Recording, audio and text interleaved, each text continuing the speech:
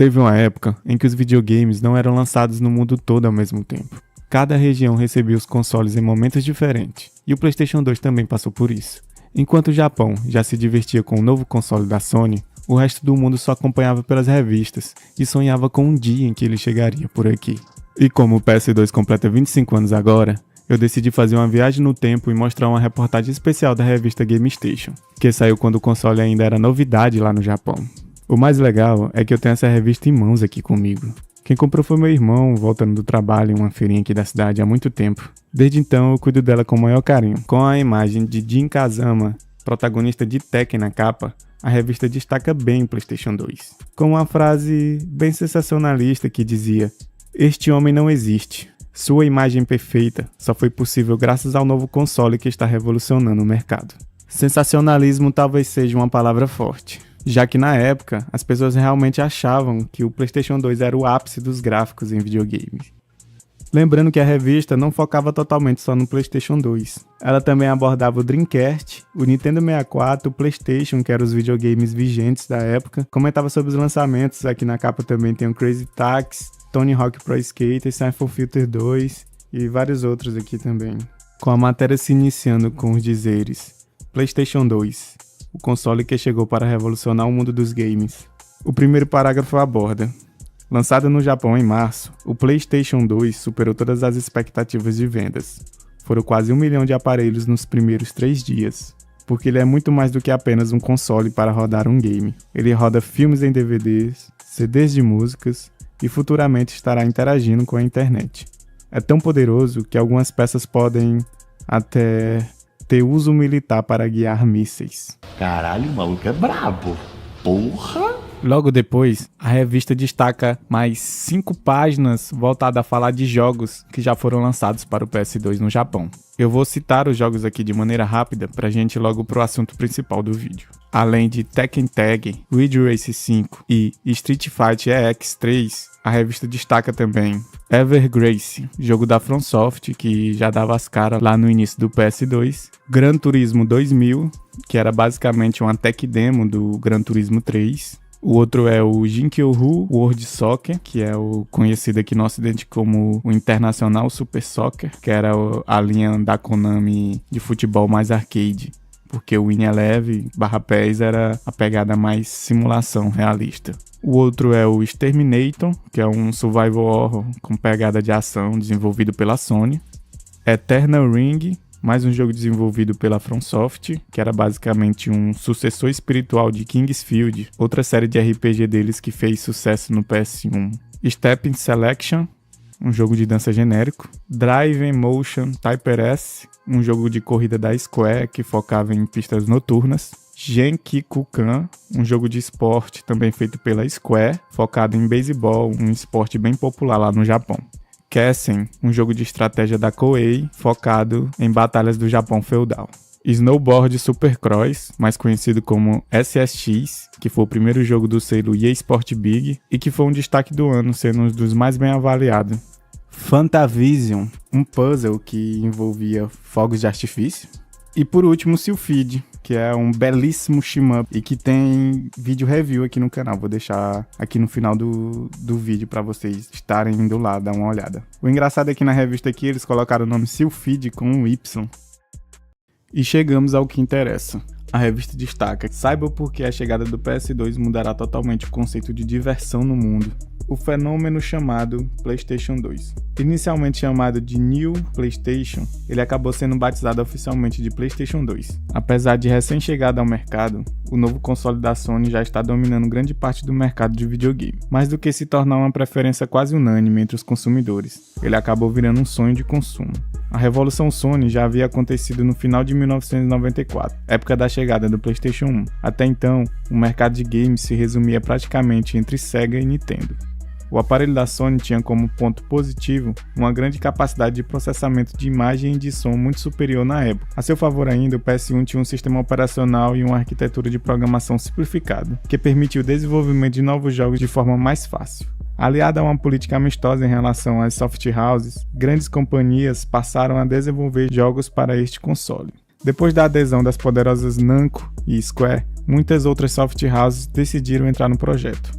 Colocado à venda em março deste ano no Japão e ainda inédito oficialmente no resto do mundo, o PlayStation 2 veio reforçar o status da Sony. Além de gigante dos eletrônicos, a empresa se consolidou também como sinônimo de sucesso em games. Um sucessor à altura.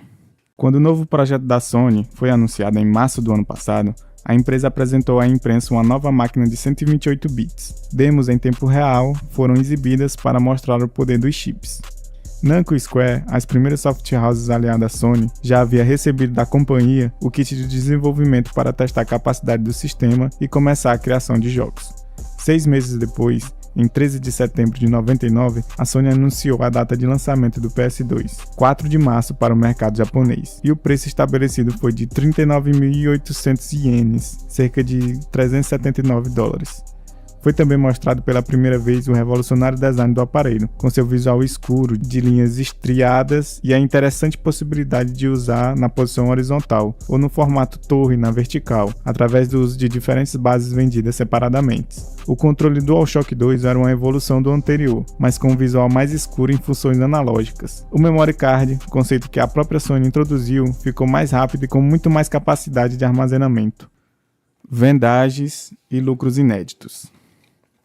A Sony havia projetado uma venda que foi considerada utópica e otimista demais, 1 milhão de unidades no dia do lançamento. Nem as estreias de maior sucesso chegaram perto desta marca. Até mesmo o primeiro PS1 demorou mais de 4 meses para atingir 500.000 unidades vendidas. O maior sucesso em sua estreia até então era o Dreamcast da Sega, que vendeu 150.000 unidades em 3 dias no Japão. Nos Estados Unidos, onde houve uma pesada campanha de marketing, foram 350.000 consoles vendidos só no primeiro dia. A Sony anunciou ainda que no futuro a meta inédita era alcançar 100 milhões de consoles vendidos. Isso significa que 1,7% da população mundial teria um PS2. Números tão expressivos representavam uma margem de lucro assombrosa para a Sony. Enquanto o PS original foi responsável por 40% dos lucros mundiais da empresa em 1998, a previsão é que o PS2 será ainda mais lucrativo. Este mercado cresce a cada dia. A indústria dos games rendeu só nos Estados Unidos um lucro de 7 bilhões de dólares em 99. No Japão, o mercado de games é ainda mais impressionante. Gera 9 bilhões de dólares ao ano. A febre PlayStation.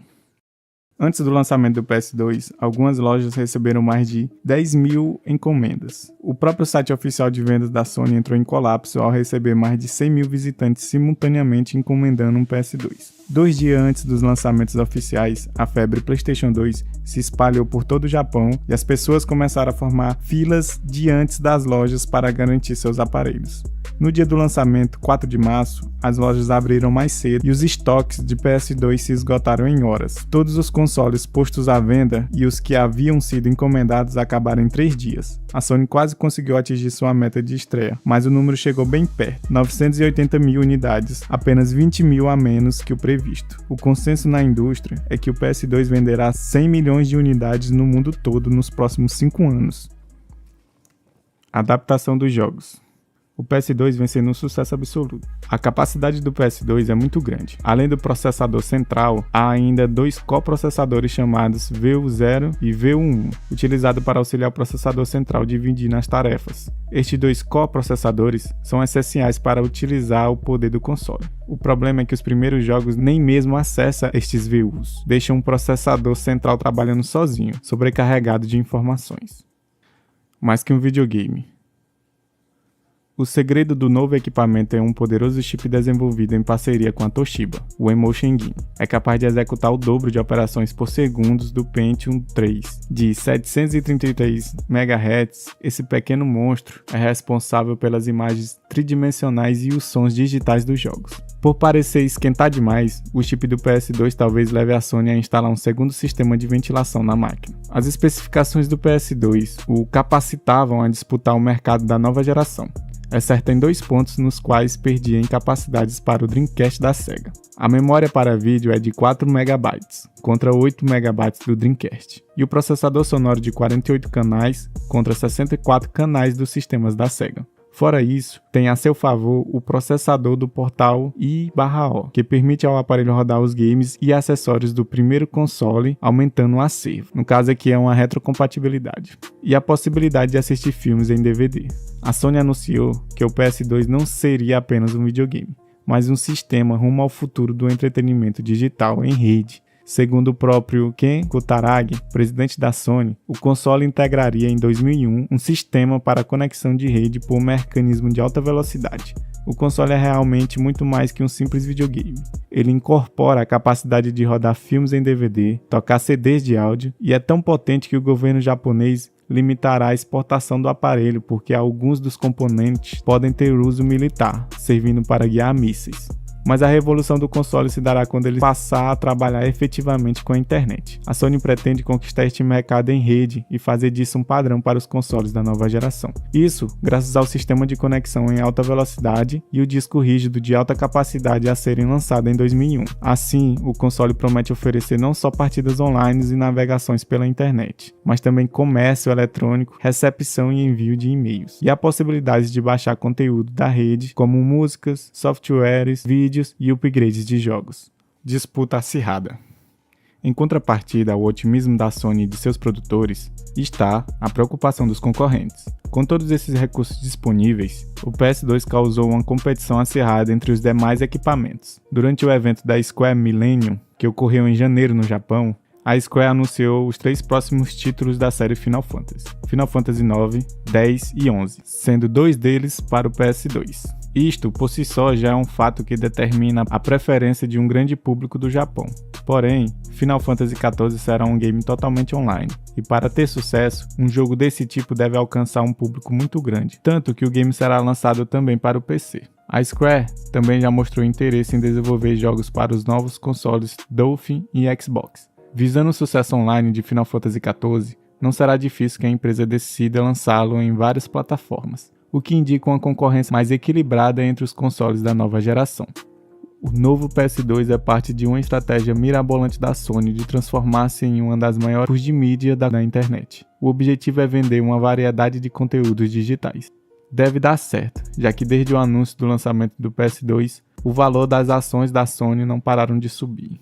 Bom, essa foi a matéria da GameStation que mostrava a expectativa do Ocidente em receber o PS2, e algumas dessas expectativas se cumpriram, outras não, como as vendas do PS2, que hoje é recorde de venda, é o console mais vendido até o momento, e o fato da conexão da internet ser promissora na época já do PS2, mas que não aconteceu ali naquela geração, mas que na geração do PS3 e do Xbox 360 se tornaram realidade. E uma coisa que eu esqueci de mencionar é que a revista é a número 1, ela é tipo a primeira edição da GameStation que falava já da expectativa do PS2. E no mais é isso aí. Valeu, galera. E até a próxima.